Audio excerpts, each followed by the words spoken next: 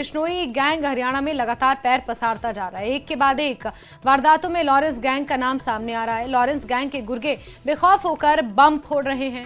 कुछ पर हत्या लूट के बड़े आरोप हैं, लेकिन हैरानी देखिए कि बड़ी ही आसानी से इसके गुर्गे विदेश भी भाग रहे हैं। दो तस्वीरें आपको दिखा रहे हैं। पहली तस्वीर चंडीगढ़ में हुए ब्लास्ट की है, जहां क्लब के बाहर दो युवकों ने बम ब्लास्ट किया।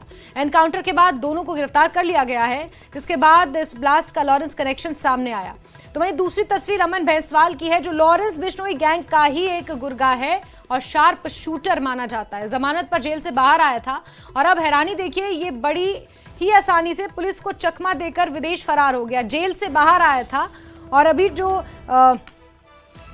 परीक्षा हुई है उसमें, जेल विभाग की जो परीक्षा हुई है उसमें आधे से ज्यादा अधिकारी फेल हुए हैं।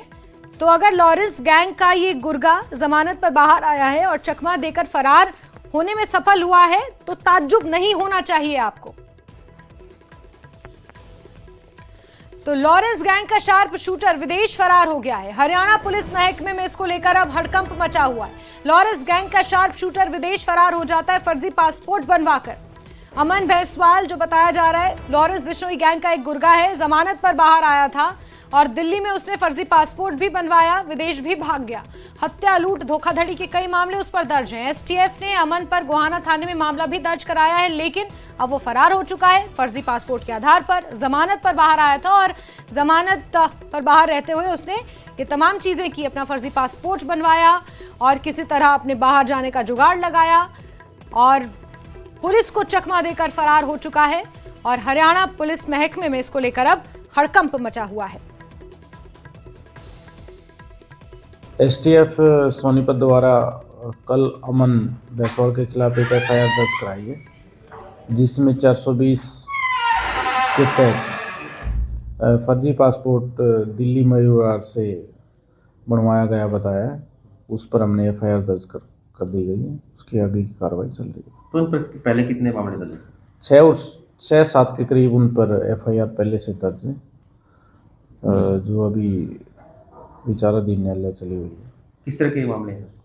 उनमें 302 भी है, 307 भी है, लड़ाई झगड़े के सिंपल केस भी है। तो एसटीएफ ने मामला दर्ज कराया है। एसटीएफ और नितिन अंतिल हमारे सहयोगी ज्यादा जानकारियों के साथ फोनलाइन पर जुड़े हैं। नितिन, हरियाणा पुलिस महकमे में तो हड़कंप मचा होगा, अब किस तरह से इसकी छानबीन की जाएगी, इसकी खोज करने के लिए अब आगे क्या कुछ कदम उठाए जाएंगे, क्योंकि कनेक्शन दिल्ली से भी जुड़ा हुआ है जहां इसे फर्जी पासपोर्ट बनवाया था।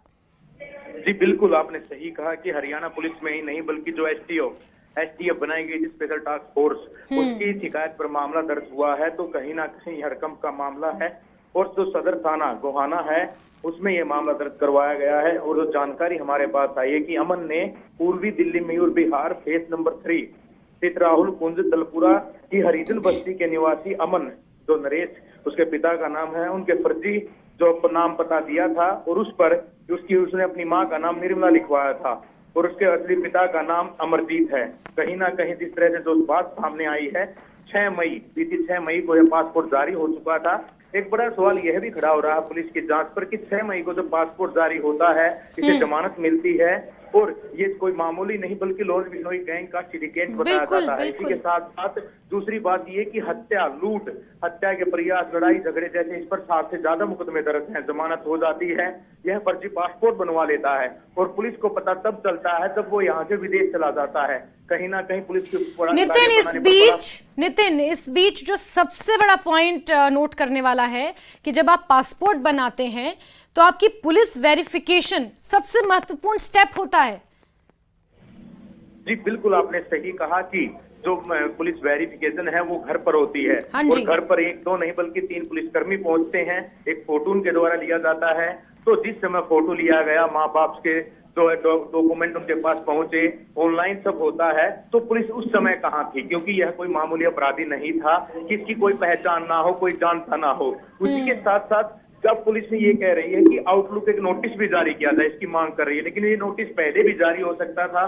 कोई पासपोर्ट अगर अमन ने बनवाया था तो तो उसे भी ब्लॉक किया जा सकता था। कहीं ना कहीं पुलिस की एक बड़ी लापरवाही भी सामने आई है। बिल्कुल नितिन, बड़ी लापरवाही पुलिस की सामने आई है। और आपने ये कहा कि उस वक्त पुलिस कहाँ थी जब वेरिफिकेशन के लिए पुलिस के 3 अधिकारी घर पहुंचे, तो शायद वो उसी एग्जाम की तैयारी कर रहे थे जिसमें वो फेल हुए हैं, क्योंकि उसी के आसपास ये परीक्षा भी हुई थी। बहरहाल नितिन, हरियाणा पुलिस में हड़कंप तो मचा हुआ है, लेकिन जवाबदेही भी पुलिस की बनती है और आगे इस पर क्या कार्रवाई होगी उस पर नजर बना के रखें। नितिन, बहुत शुक्रिया। और खबरों का सिलसिला जारी, वक्त एक छोटे से ब्रेक का।